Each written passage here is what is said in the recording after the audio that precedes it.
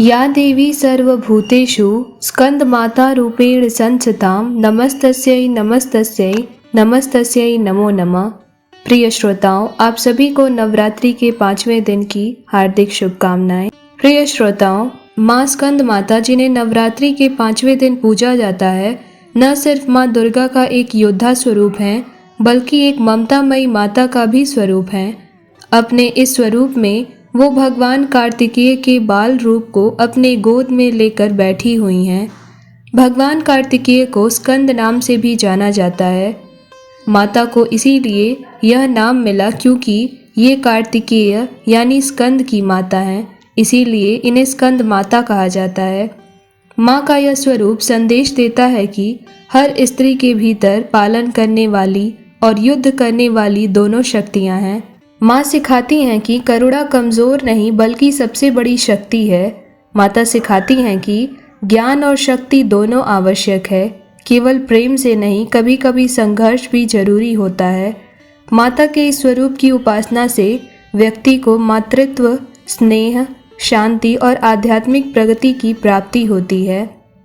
स्कंद माता माँ के रूप में शक्ति, गुरु के रूप में ज्ञान और देवी के रूप में करुणा का प्रतीक है।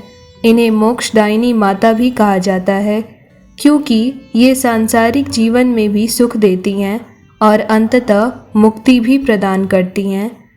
नवरात्रि के 5वें दिन माँ स्कंद माता की पूजा करने से व्यक्ति को ज्ञान, भक्ति और वैराग्य की प्राप्ति होती है। व्यक्ति का मन सहज ही हृदय चक्र में स्थित हो जाता है। ये व्यक्ति को भक्ति और मुक्ति दोनों प्रदान करती हैं। इनके स्वरूप की बात की जाए तो स्कंद माता की 4 भुजाएं हैं। इनके दाहिनी तरफ की नीचे वाली भुजा जो ऊपर की ओर उठी हुई है, उसमें कमल पुष्प है। बाईं तरफ की ऊपर वाली भुजा में वर मुद्रा में तथा नीचे वाली भुजा जो ऊपर की ओर उठी है, उसमें भी कमल पुष्प ली हुई हैं। इन माता का वर्ण पूर्णतः शुभ्र है। ये कमल के आसन पर विराजमान रहती हैं, इसी कारण इन्हें पद्याशना देवी भी कहा जाता है। इनका वाहन सिंह है। व्यक्ति को सुरक्षा, आत्मविश्वास और भावनात्मक स्थिरता आती है स्कंद माता की पूजा करने से। एक प्राचीन कथा के अनुसार एक समय तारकासुर नाम का एक राक्षस था। तारकासुर एक समय ब्रह्मा जी को प्रसन्न करने के लिए कठोर तपस्या कर रहा था। तब उसके कठोर तप से प्रसन्न होकर ब्रह्मा जी ने उसको साक्षात दर्शन दिए और उसके सामने आकर बोले, वत्स, मैं तुम्हारे इस कठोर तप से अत्यंत प्रसन्न हूँ। तुम जो भी वर मांगना चाहते हो वो वर मांगो। तब तारकासुर ने ब्रह्मदेव को प्रणाम करके कहा, ब्रह्मदेव, मुझे अमरत्व का वरदान दीजिए, बस आपसे यही प्रार्थना है।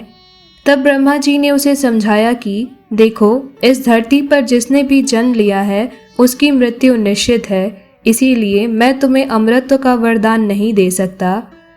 तब कुछ सोच विचार करके तारकासुर ने ब्रह्मा जी से कहा, हे प्रभु, अगर आप अमरत्व का वरदान नहीं दे सकते तो बस इतना वर दीजिए कि मेरी मृत्यु केवल भगवान शिव के पुत्र के हाथों ही हो और कोई मेरा वध न कर सके इस पूरे संसार में।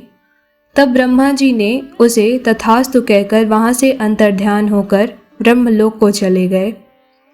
तारकासुर की ऐसी धारणा थी कि भगवान शिव तो वैरागी हैं, वो कभी विवाह नहीं करेंगे, इसीलिए उसने यह वर मांगा।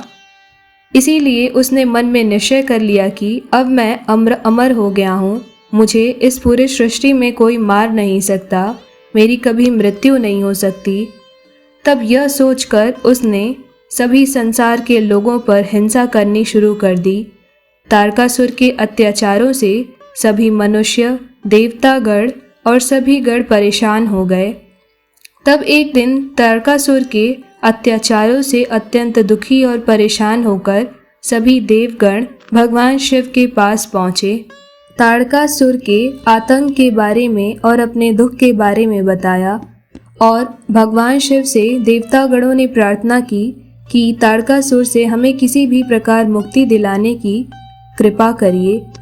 तब भगवान शिव ने बड़ी सोच विचार से देवी पार्वती से विवाह किया। तब विवाह के पश्चात भगवान शिव और माँ पार्वती की ऊर्जा से उनके पुत्र कार्तिकेय यानी स्कंद का जन्म हुआ। माता पार्वती ने अपने पुत्र को बड़े पालन पोषण, शिक्षा और युद्ध की कला सिखाई। जब स्कंद युद्ध के लिए तैयार हुए तब माता ने उन्हें सिंह पर बैठाकर युद्ध भूमि में भेजा। तब भगवान स्कंद ने देवताओं का नेतृत्व करते हुए असुरों का संहार किया और देवताओं को विजय प्राप्त हुई। और इस प्रकार माता पार्वती के पुत्र स्कंद ने अंततः तारकासुर राक्षस का वध कर दिया और इस प्रकार पूरे संसार में फिर से शांति की स्थापना हुई। इस प्रकार माँ स्कंद माता ने गुरु, माँ और शक्ति तीनों रूपों में सृष्टि की रक्षा की। इसी कारण से माँ पार्वती को स्कंद माता कहा गया। स्कंद माता की उपासना से भक्त की समस्त इच्छाएं पूर्ण हो जाती हैं। इस मृत्यु लोक में ही उसे परम शांति और सुख का अनुभव होने लगता है। उसके लिए मोक्ष का द्वार स्वतः सुलभ हो जाता है। स्कंद माता की उपासना से बाल रूप स्कंद भगवान की उपासना भी स्वतः ही हो जाती है। यह विशेषता केवल इन्हीं को प्राप्त है। अतः व्यक्ति को स्कंद माता की उपासना की और विशेष रूप से ध्यान देना चाहिए।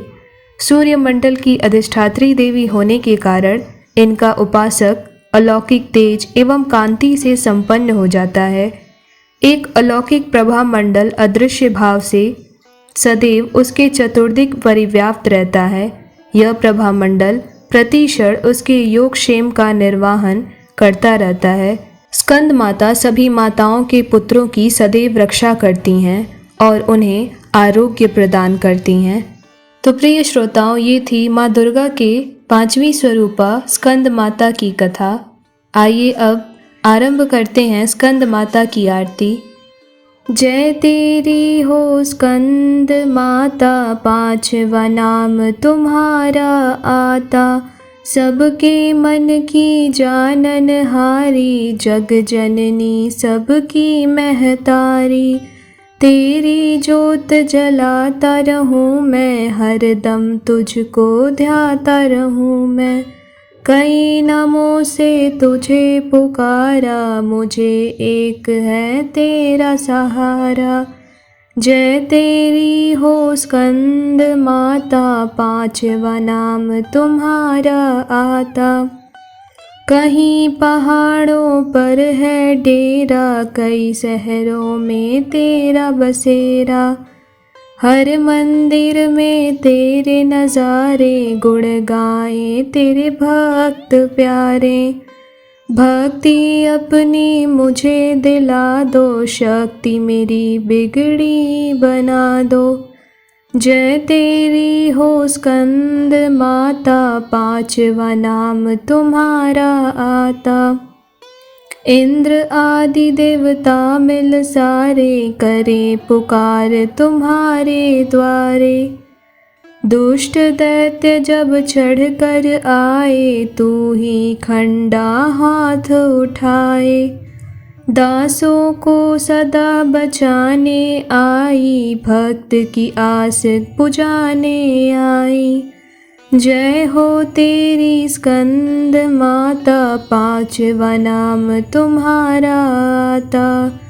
जय हो तेरी स्कंद माता, 5वां नाम तुम्हारा आता।